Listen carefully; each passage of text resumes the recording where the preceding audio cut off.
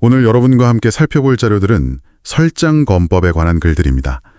이 검술이 어떻게 만들어졌고 또 오늘날 우리에게 어떤 의미가 있는지 그 핵심을 좀 파헤쳐 보려고 합니다. 네. 목표는 이 설장검법만의 독특한 가치를 깊이 이해하는 거고요.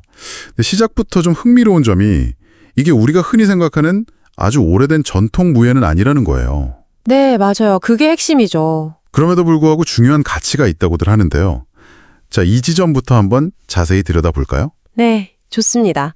그 설장검법은 1980년대 박성권 선생님이 만드신 현대 검술입니다. 아, 80년대요? 네, 그때 한국 무술계를 보면 해동검도나 심검도 같은 새로운 무예들이 막 등장했고요.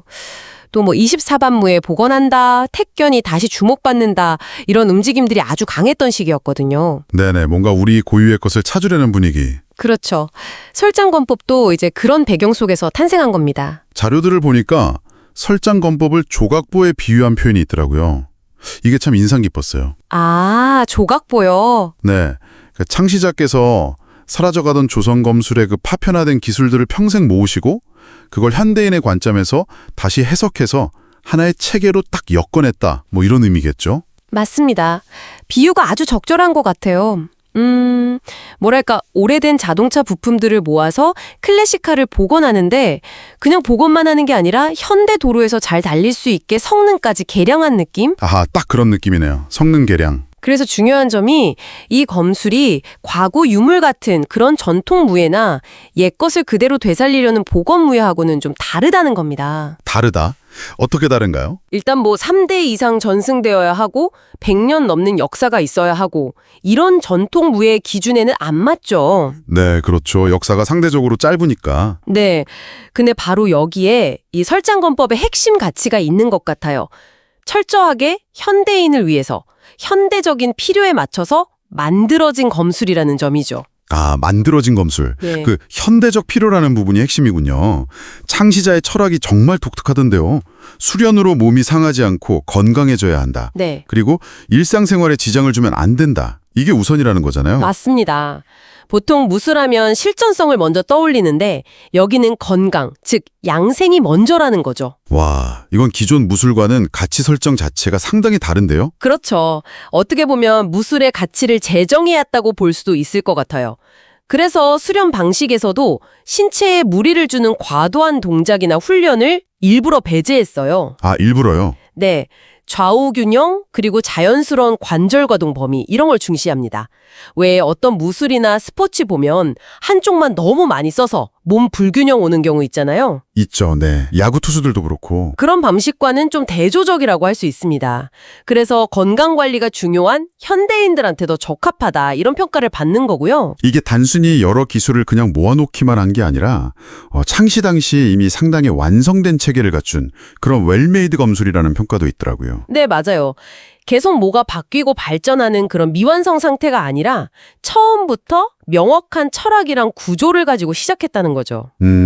해방 이후에 흩어져 있던 한국 검술의 정수를 담아냈다 이런 해석도 있고요. 그 철학이 전승 방식에서도 그대로 드러나는 것 같아요.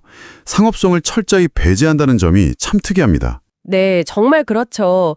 창시자 본인이 이 검술로 도장 열어서 생계 유지하지 말라고 했다고 하니까요. 와, 직접요? 네, 아마 상업화 과정에서 생길 수 있는 과장이나 거짓, 본질 왜곡 이런 걸 경계했던 것 같습니다. 그럴 수 있겠네요. 그래서 대중적으로 확산하기보다는 소수의 애호가들에게 그것도 스승이 제자를 신중하게 선택하는 방식으로 명맥을 이어가고 있죠. 그렇게 상업성을 배제했는데 원형은 어떻게 40년 넘게 잘 지켜질 수 있었을까요?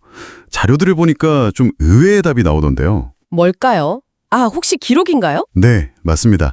바로 기록의 힘. 아하. 창시자께서 평생 경찰 정복과 형사로 일하셨던 그 경험 때문인지 기록의 중요성을 아주 깊이 아셨던 것 같아요. 네, 직업적 특성이 발휘된 거군요. 네, 그래서 방대한 양의 손으로 쓴 연구자료를 남기셨고 제자들한테도 수련 내용을 꼼꼼하게 기록하도록 강조하셨다고 해요. 이야, 대단하네요. 마치 그 조선왕조 실록이나 무예도 보통지처럼 상세한 기록이 있었기에 구전 과정에서 변용되는 걸 막고 원형을 보존하는데 결정적인 역할을 한 거죠. 와, 그 정도의 기록이라니.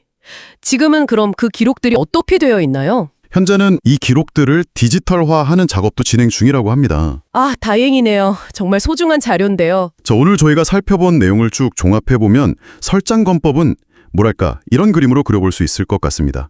국가가 지정하는 문화재 같은 그런 전통이라는 타이틀에는 별로 관심이 없는 거죠. 네, 오히려 창시자는 그런 길을 좀 경계했던 것 같고요. 그렇죠. 대신에 현대인의 건강과 삶에 도움이 되는 실용성 그리고 상업성을 배제한 어떤 진정성, 이거 자체를 핵심 가치로 삼는 아주 독특한 현대 창작무예다. 맞습니다.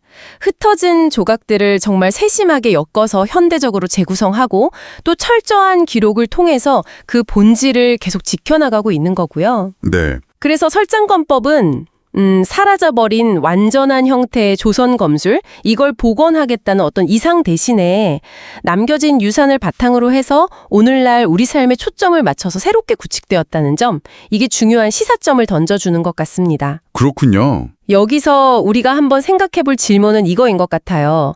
역사적인 정통성을 잇는 것만큼이나 현대사회의 필요에 부응하기 위해서 깊이 고민하고 체계적으로 만들어진 무의 가치, 이건 우리가 어떻게 바라봐야 할까요?